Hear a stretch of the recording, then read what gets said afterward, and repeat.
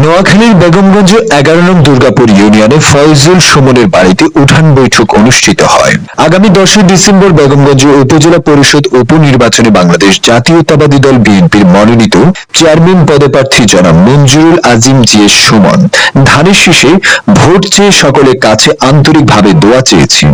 সেই সময় উঠান বৈঠকে উপস্থিত ছিলেন বেগমগঞ্জ উপজেলা বিএনপির সভাপতি বাবু কামিখ্যা চন্দ্র দাস, বেগমগঞ্জ উপজেলা বিএনপির সাধারণ সম্পাদক মাহফুজুল হক আবেদ।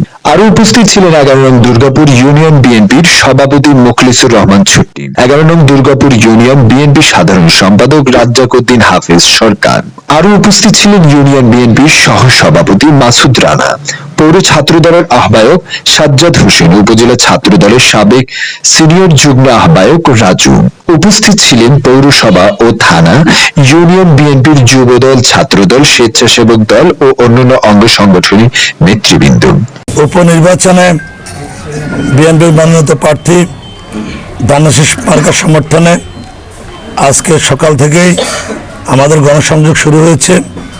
সকালে আমরা 12 নম্বর কুতুবপুর ইউনিয়নে গণসংযোগ শেষ করে আমরা এখন 11 নম্বর দুর্গাপুর ইউনিয়নে গণসংযোগ শুরু করেছি। প্রতিটি রাস্তায় আমাদের পথসভা হয়েছে, উঠান বৈঠক হচ্ছে, গণসংযোগ হচ্ছে। মানুষ খুব উদ্গ্রীব হয়ে আছে ভোট দেওয়ার জন্য, কিন্তু মানুষের মধ্যে একটা প্রশ্ন, ভোট হবে কিনা।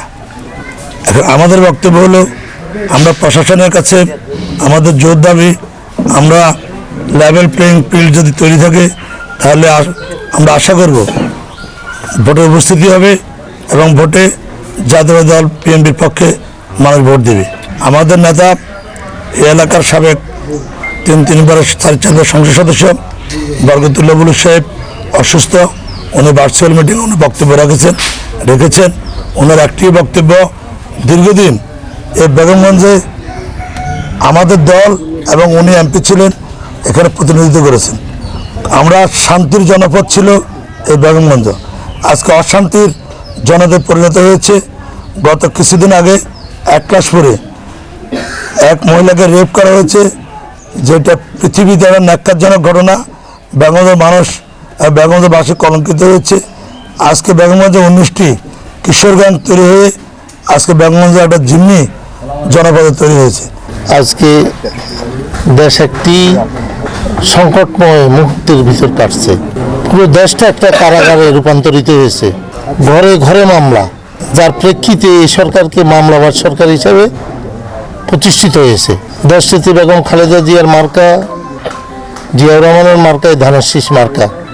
এই ধানের শীষ মার্কা প্রতীক দিয়েছেন জাতীয় সংসদ নির্বাচনে, স্থানীয় সংসদ নির্বাচনে, আজকে উপনির্বাচনে মঞ্জুরুল আজিম সুমনকে ধানের শীষ মার্কার প্রতীক দিয়েছে। আমরা আশা রাখব, যদি প্রশাসন নিরপেক্ষ থাকে, মানুষ শান্তিভাবে ভোট দিতে পারে, ভোট কেন্দ্রে যার ভোট সে দিবে, যাকে খুশি তাকে দিবে, এটাই আমাদের আশা। সেটা যদি হয় তাহলে বিপুল ভোটে মঞ্জুরুল আজিম সুমন ধানের শীষের মার্কা নিয়ে নির্বাচিত হবে। আসন্ন বেগমগঞ্জ উপজেলা চেয়ারম্যান পদে উপনির্বাচনে আমাদের দলের মনোনীত প্রার্থী, আপনাদের সকলের প্রিয়, সুখে দুঃখে যাকে আপনারা অতীতে সবসময় পেয়েছেন, মঞ্জুরুল আজিম সুমন ভাইয়ের নির্বাচন উপলক্ষে আপনাদের 11 নং দুর্গাপুর ইউনিয়ন বিএনপি ছাত্রদল, যুবদল, স্বেচ্ছাসেবক দল কর্তৃক আয়োজিত আজকের এই উঠান বৈঠক। শুধু আপনাদেরকে একটা কথা বলবো, আপনাদেরকে এখন ভয় ভীতি না দেখালে তো তারা সুবিধা করতে পারবে না।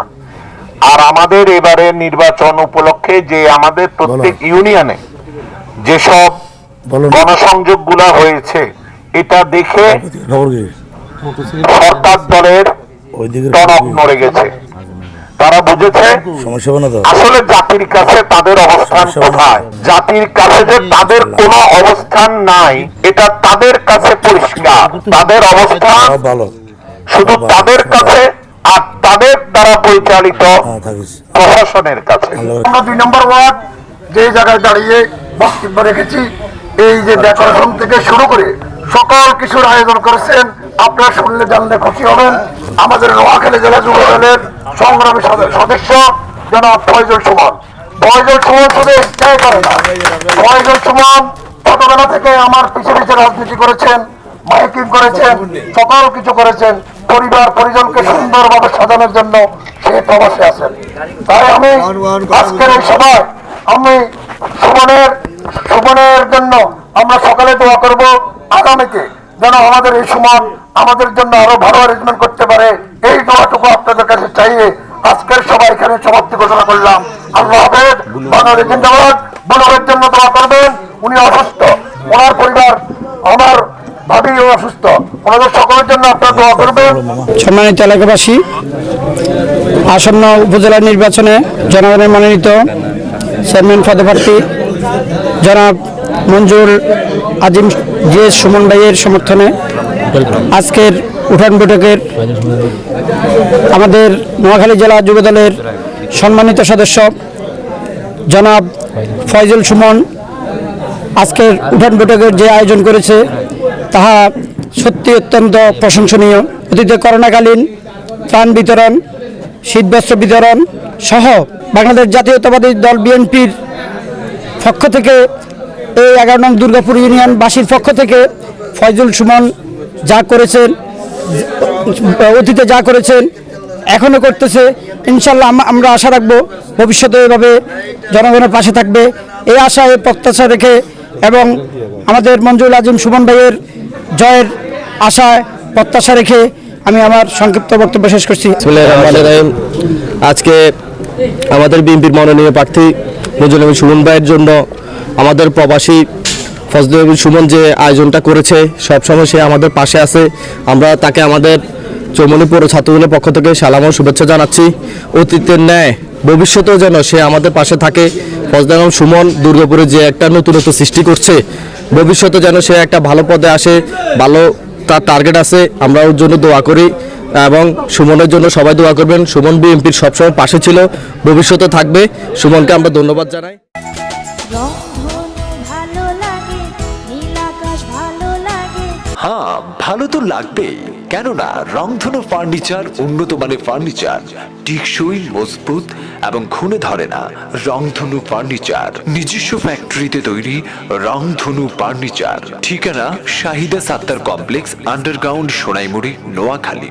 এছাড়াও আমাদের আরেকটি উন্নত মানের কাঠের শোরুম রবিন সিনেমা হল সংলগ্ন। আমাদের তৃতীয় শোরুম রয়েছে খিলপাড়া পূর্ব বাজার, চাটখিল, নোয়াখালী। রংধনু ফার্নিচার, দ্য বেস্ট কালেকশন। রংধনু ফার্নিচার। রংধনু ভালো লাগে, নীল আকাশ ভালো লাগে।